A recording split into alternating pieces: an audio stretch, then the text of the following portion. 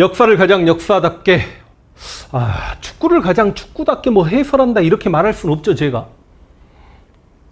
그렇지만 참 축구를 하는 것보다는 보는 것을 좋아합니다. 근데 이번에 북중미 월드컵이 정말 참담한 실패로 끝났습니다. 이게 월드컵을 4년 동안 기다려온 사람들 입장에서는 일종의 꿈과 희망이 사라진 듯한 느낌이란 말이죠. 근데 우리 같은 그냥 애국심에 입각해서 대한민국을 응원했던 이 축구 광팬들 입장에서 이럴진데, 유일한 낙이 토트넘 시절에 손흥민 선수의 축구를 보는 거였고, 한 경기도 빠지지 않고 거의 다 봤던 것 같습니다. 그리고 새벽까지 축구를 보고 손흥민 선수가 골을 넣는 날이면 이게 쇼츠로 제작이 되잖아요. 그 골 장면이. 그걸 100번을 돌려감기를 봐. 시력 진짜 다. 근데 그 손흥민 선수의 마지막 월드컵이 될 수도 있잖아요. 그러니까 축구 선수는 요즘에 뭐 메시나 호날두가 40살 다 되거나 넘도록 저렇게 국가대표가 돼가지고 골을 넣고 그런 모습을 봐서 신기하긴 합니다만, 기본적으로 축구 선수의 전성기는 30대 초반에 넘어가면 끝나는 분위기이기 때문에 축구를 잘해서 국가대표로 선발돼서 실제로 월드컵에 3번 이상 주전으로 출전하기는 쉽지가 않습니다. 그러니까 우리 같은 사람이 월드컵이 이렇게 실패로 끝나도 허전할진데, 우리 선수들의 그 암담함, 더군다나 전 세계에 자신의 기량을 뽐낼 수 있는 그런 월드컵이잖아요. 이게 지도자, 리더, 감독 한 명 잘못 만나가지고 이런 실패를 맛보았으니 지금 국민들이 분노하는 건 당연하다. 그런데 이게 요즘 이 분노가 축협 회장 정몽규나, 물론 지금 사직서를 진작에 내긴 했습니다만, 기술 총괄이사 이인생이나 그리고 홍명보 감독까지 이렇게 욕을 지금 바가지로 얻어먹고 있는데, 여기서 또 이게 밥 먹고 했던 게 이게 역사 들여다보고 인질난 들여다보고 했던 거라, 이게 갑자기 오버랩이 되는 게, 여러분 이 선조하고요 이 정몽규를 왕급으로 올린다는 게 아니라 굉장히 오버랩이 되는 측면이 있어요. 기본적으로 상당히 진짜 정몽규를 제가 개인적으로 모르는 입장에서 언론을 통해서 보여진 정몽규는 기본적으로 열등의식이 있는 것 같습니다. 선조처럼. 왜냐, 여러분 선조 이전에 태종, 태세, 문단세, 예성, 연중, 임, 명종 때까지는 엄마들이 전부 다 중전마마였어요. 또 작은 거 갖고 태클 걸지 마시고, 태종 이방원하고 그 앞에 이대왕 정종은 엄마가 실제로 조선이 건국되기 1년 전인 1391년에 돌아가셨으니까 중전이 안 되지 않았습니까? 추전됐잖아요. 그쵸? 근데 이 선조는 할아버지가 중종인데 아빠는 중종의 9번째 아들. 그리고 그 9번째 아들의 셋째 아들. 근데 이게 그러니까 엄마가 중전마마는커녕 왕의 성을 입었던 후궁도 아니죠.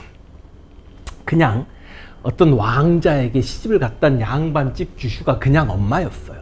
이 열등의식인데, 정몽규는 아빠가 일단 정주영이 아니고 정세영이야. 이렇게 이야기하면 진짜 기분 나쁠 수 있다고 생각합니다. 아버지를 사랑할 텐데.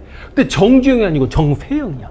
그리고 쉽게 이야기하면 원래 현대차 그룹을 정세영이 이끌다가 정주영이 자신의 이제 큰아들이 돼버린, 큰아들, 진짜 큰아들이 이렇게 사고로 돌아가셨으니까 그 정몽구에게 넘기면서 어찌 보면 지금 자신의 조카뻘인 정의선이 현대차 회장이 돼 있는 그 정의선에 대한 열등의식이 있을 수도 있는 거고, 또 자신의 사촌 형벌이었던 이전에 가장 우리에게 축협 회장 하면 딱 떠오르는 게 정몽준이죠. 누가 뭐라고 해도 정몽준은 2002년 월드컵을 정말 어마어마하게 성공리로 이끌었고, 잘했다라고 박수받는 과정에서 대통령 후보까지, 대선까지 욕심을 냈던 인물 아닙니까? 그러다 보니까 정몽규는 기본적으로 그런 열등의식이 있는 부분도, 제가 어거지로 갖다 맞힌다면 뭐 할 말 없습니다만, 그리고 둘 다 인정욕구가 상당합니다. 그 열등의식이 있다 보니까 반역을 일삼는 사람들이 있으면 죽여도 어느 정도 죽여버리냐면, 정렬인 모반 사건이 실제로 모반이 있었는지 없었는지도 모르면서 기축옥사를 일으켜서 조선왕조 500년 동안에 실제로 가장 많은 관료들을 쳐 죽인 게, 오죽하면 이 전라도에서 글리는 소리가 끊겼다, 오죽하면 선조의 앞잡이가 돼가지고 그 동인들을 쳐 죽였던 송강, 정철은, 동인, 백정이라는 별명까지 듣게 되는 그 어마어마한 사륙을 행했던 인정욕구죠. 이 정몽규의 인정욕구 진짜 장난 아니지 않습니까? 트로피 드는데 자기가 우승 트로피를 막 행가래 치려고 하는 그런 인정욕구가 있잖아요.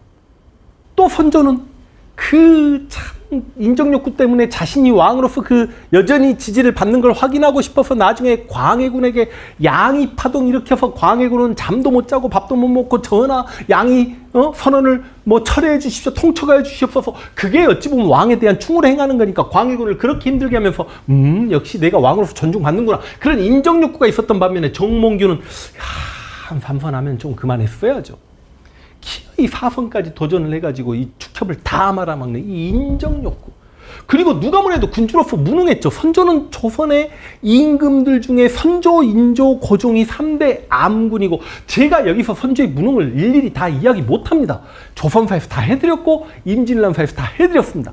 아니, 정몽규가 무능하다라는 거는 우리가 지금까지 감독 선임한 것과 이 정몽규가 축협회장을 했던 12년이 넘는 그 시간 동안에 이 대한민국 국가대표의 축구팀의 위상이 일본하고 격차를 벌여버린 그 12년 아닙니까?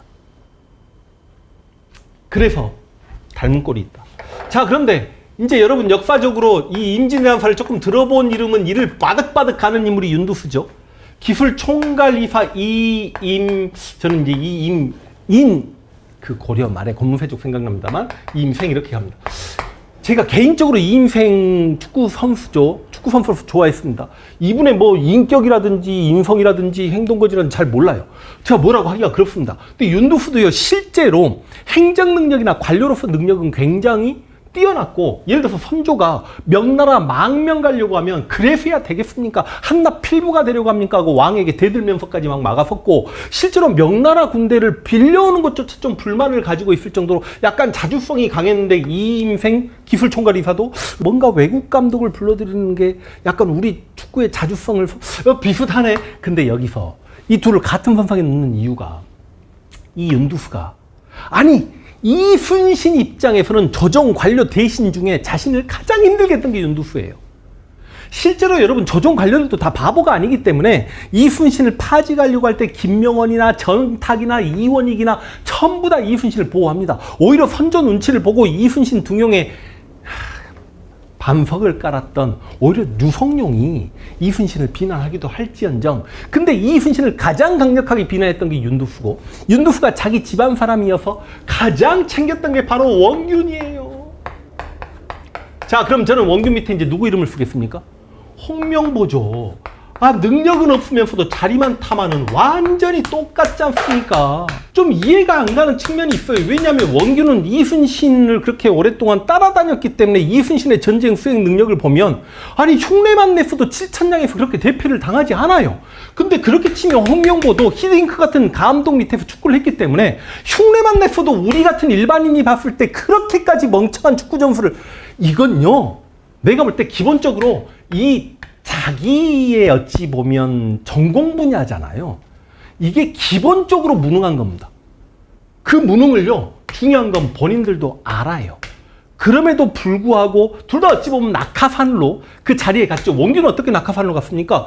이순신이 삼도수군 통제사인데 선조가 말도 안 되는 명령을 내려요. 부산포를 공격해라. 1592년 임진왜란이 발발했을 때 이순신 장군이 부산을 공격해서 어마어마한 대승을 거뒀을 때와 상황이 다릅니다. 그러니까 임진왜란이 휴전되고 나서 부산 쪽에는요, 일본 외성이 어마어마하게 들어서 있기 때문에 그 외성이에 그 일본의 안택선이의 포를 돋고 포를 쏴면 우리 판옥선이 튼튼하니까 포의 사정거리가 우리가 길지만 높은 성위에 포를 받쳐놓고 바다에서 오는, 더군다나 또 부산 앞바다가 파도가 세요. 제가 지금 그런 얘기를 다 할 수가 없잖아요. 그러니까 이순신이 불가하다. 근데 원균이 내가 바다에 오래 있어 잘 아는데 나는 부산포를 공격할 수 있습니다라고 이야기하니까 이순신은 무능하구나라고 하면서 원균을 윤두수가 추천해가지고 원균이 삼도수군 통제사가 됐죠. 마찬가지죠. 이 인생이 외국 국가대표 감독 능력 있는 사람들이 있다라고 박주호 전력강화 위원 등등이 이야기했다라고 하는데 안 받아들이고 밤에 몰래 만나가지고 빵집을 갔네 어쨌네. 이게 밀실행정이죠.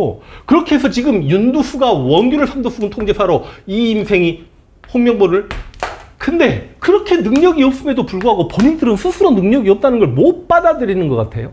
이 자아가 좀 비대해져 버렸어. 나르시시즘에 약간 좀 빠져있는 듯한 느낌이 있어요. 그래서 실제로 원균은 7천량에서 우리 수군을 괴멸시킴으로 인해서 정유재란이 일어났고, 그러니까 임진왜란이 있고 휴전이 있고 정유재란이 있잖아요. 이 정유재란을 일으킨 어찌 보면 임진왜란을 통틀어서 최악의 인물은 누가 뭐래도 원균입니다. 저는 개인적으로 우리 역사상 이만큼 못난 사람이 있을까 싶을 정도로 최악의 빌런이에요. 근데 그럼에도 불구하고 전쟁에서 졌을지언정 이순신을 모함하지 않고 자기가 그 자리에 갔거나, 아니면 원균이 최대한의 노력을 다했으나 어쩔 수 없이 전력상 역부족에서 전투에서 패배했다라고 하면 우리가 우리 역사상 최악의 빌런이라고 이야기하지 않아요. 그러나 원균의 평상시 행동 거지를 보면 이게 역사적으로 정말 용납이 안 되게끔의 행동 거지를 보입니다. 제가 일일이 제가 원균 편 영상 찍었으니까 그걸 따로 보세요. 근데 홍명보의 행동 거지가 우리가 마음에 들었냐고요. 아니, 이전에 2014년에 월드컵 감독할 때 분당에서 뭐 월드컵 선수 선발하기 직전까지 땅 보러 다녔던 것도 그렇고, 이번에도 그렇게까지 비판을 했고 그랬으면, 제가 여기서 홍명보가 뭐 울산 감독을 하다가 저 이상 울산을 저버리지 않겠다고 하다가 뭐 어쩌고 20억을 받았고 그런 이야기는 하지 않겠습니다만, 기본적으로 국민에게 미운 털이 박혔다. 미운 털이 박혔으면 아니, 너무 화가 나요, 지금 상황이. 아니, 그냥 원균 같잖아요, 축구계의 원균. 근데요, 여러분, 이 원균이 7천장에서 패했지만 조선은 이순신이 있었어. 그리고 12척의 판옥선이 있었어. 이 홍명보가 이 무능한 사람들과 함께 대한민국 축구를 박살내놨어. 이순신 있어요? 12척의 배가 있어요?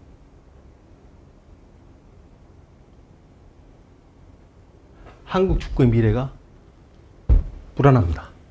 저는 역사하는 사람인데 제가 지금 괜히 역사에 축구를 대입시켜서 어거지로 이렇게 비교하냐라고 이야기하면 받아들일게요. 그런 측면이 있어요. 근데 이 세 명을 생각하다 보니 임진왜란 때 3대 빌런이 탁 떠올라서 이렇게 한번 비교하는 강의를 찍었고, 제가 그냥 화가 나는 상황에서 진짜 화나잖아요. 아니, 그리고 실제로 예전처럼 월드컵이 재미도 없었습니다. 왜? 아니, 월드컵 우리 축구팀이 잘 되고 그럼 대한민국의 위상을 세계에 선보이고 우리 축구 선수들이 박수받고 하는 건 너무 좋은데, 얘가 박수받는 게 너무너무 싫었거든요. 왜냐하면 역사적으로 빌런이고 나쁜 사람들은 역사적으로 응징받아야 되는데, 이런 사람들을 역사적으로 칭송하고 역사를 왜곡하고 하는 것과 똑같은 느낌이어서 응원하면서도 옛날만큼 그렇게 적극적인 응원이 안 됐다. 국민들에게 축구 보는 그 재미를 그렇게 반감을 시켰으면 애초에 먼저 좀 나가든지 아니면 좀 잘 하든지, 도대체 뭐냔 말이죠. 아니, 대한민국 국민 알기를, 무섭게 알기를 얼마나 쉽게 알았으면, 이게 뭐 정치인들로 더하는 놈들도 많지만 제가 좀 화가 나서 이렇게 영상을 찍었다는 말씀 드리면서 얼른 좀 그만해야 되겠습니다.